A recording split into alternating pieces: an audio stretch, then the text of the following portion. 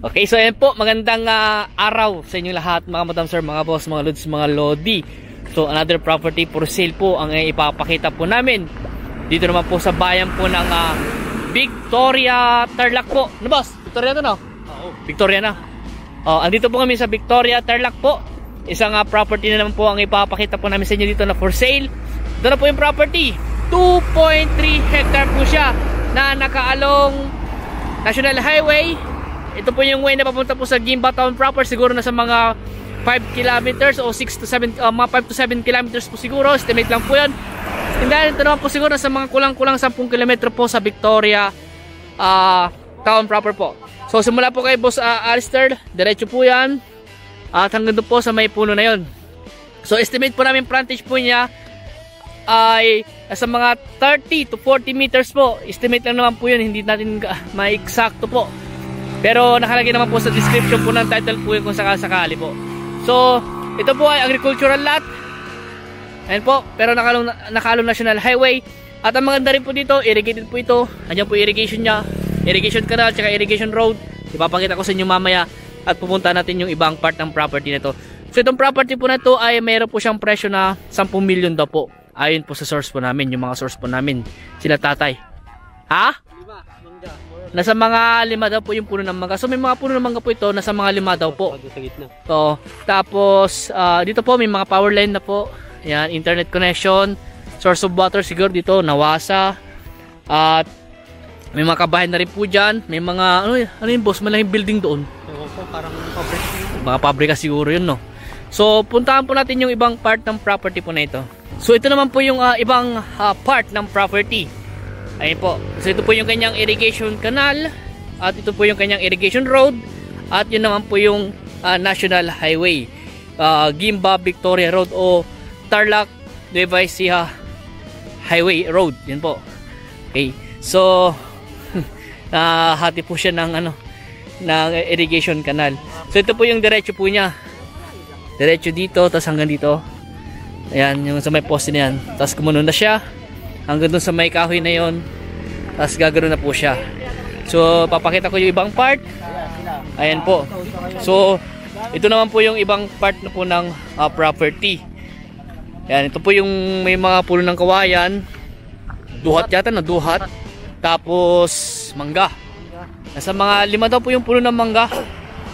At estimate lang naman po yun kasi yung source po namin hindi niya alam kung ilan po yung puno ng mangga.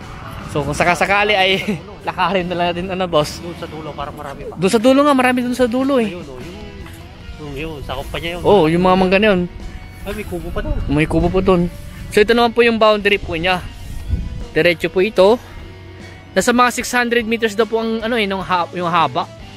Kasi ginugol map po namin. Hanggang dito po. Ayan. So nakaani na sila. Pinastulan na nila. Oo. Tignan mo yung dinaanan ng mga traktor, mga traktora. So ayan na, maputik. Ayan po, try po namin punta yung ibang part kasi alam niyo naman po pag agricultural lahat kayo po, pag bukid maputik. Kaya tignan po namin kung saan po kayo makakaabot. Kita yung kapitbahay dyan, Bob. Oo, yan. May bodega dyan eh, may building dyan eh. So tignan natin boss kung saan tayo makakaabot nito. Tignan mo yun naka-concrete post, ay naka-concrete ang bakod niya. So ito, laki ng building dito. Oh, laki ng building diyan boss sa tabi po niya. So itong property na to ay maganda po siya maganda siya sa commercial din po. Ito mga puno na to kasama rin po ito. Hanggang pa yung boundary po niya sa bandaron, tapos diretso na po ganun. Ayan po. So di po namin alam kung ano yung building na to. Pero ito yung may ibang mga puno ng mangga. Tapos may mga puno ng mangga din dun eh. Sa gitna. Sa gitna na yun. Ganyan yung boundary. Sa kanya to ipin na to. Boss. Isa niya yung ipin na yan. Tapos yung mga puno na dyan, yung mga puno dyan, lalagpas pa to boss eh. Oo, doon sa likod pa. Hanggang sa likod pa daw. Mga ganito pa kahaba sa likod. Nasa mga 600 meters daw po boss eh. Yung haba niya. Tapos estimate na nasa 30 to 40 meters yung kanyang frontage. So hindi na po namin mapuntahan doon sa bandaroon sayang nga lang po ay nagawa na po yung drone po namin hindi po namin nakuha. Pero susunod na mga video po namin ay makikita nyo na po may drone picture or may drone video na po siya. So ulitin ko po, ito po ay 2.3 po sila. 2.3 hectare po na ang presyo po niya is 10 milyon. Located po dito sa bayan po ng Victoria, Tarlac. At malapit lang po ito sa T-Plex Victoria. Malapit din po sa town proper ng Victoria. Malapit din po sa town proper ng Gimba, Nueva Ecija. Ayan. So ano ba ano yan? Anong building yan? Ay, binhi. Maanuan ng mga palay. Pag-anuan ng mga binhing palay. Okay. Diyan daw po yung building daw po na yan, diyan po nila inaano yung mga pangbinhi na palay. Okay.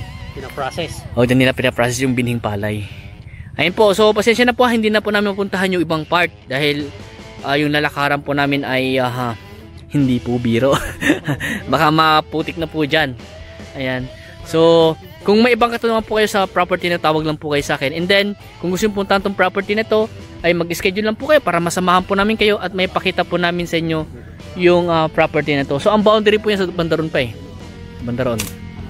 Ayan po. So, kami na po ibabalik sa yung galing namin sa mga kasama namin. So, 10 million yung price at ang area is 2.3. Title property po ito. Sayang nga lang po walang hawak yung aming source na kahit copy man sana ng titulo para mai-flash po namin sa screen, may pakita po namin sa inyo. Pero kung sakali po mag-viewing kayo at kung gusto niyo makita yung title, magre-request po kami dun sa aming source ng copy ng title para maipakita po namin. So tinanong namin yung source po namin, sabi naman po niya title property. So titulado po yung kanilang kanyang mga property na nilalapit po niya sa amin. Ayan. So hanggang dito po muna at maraming salamat po sa inyo lahat at God bless po.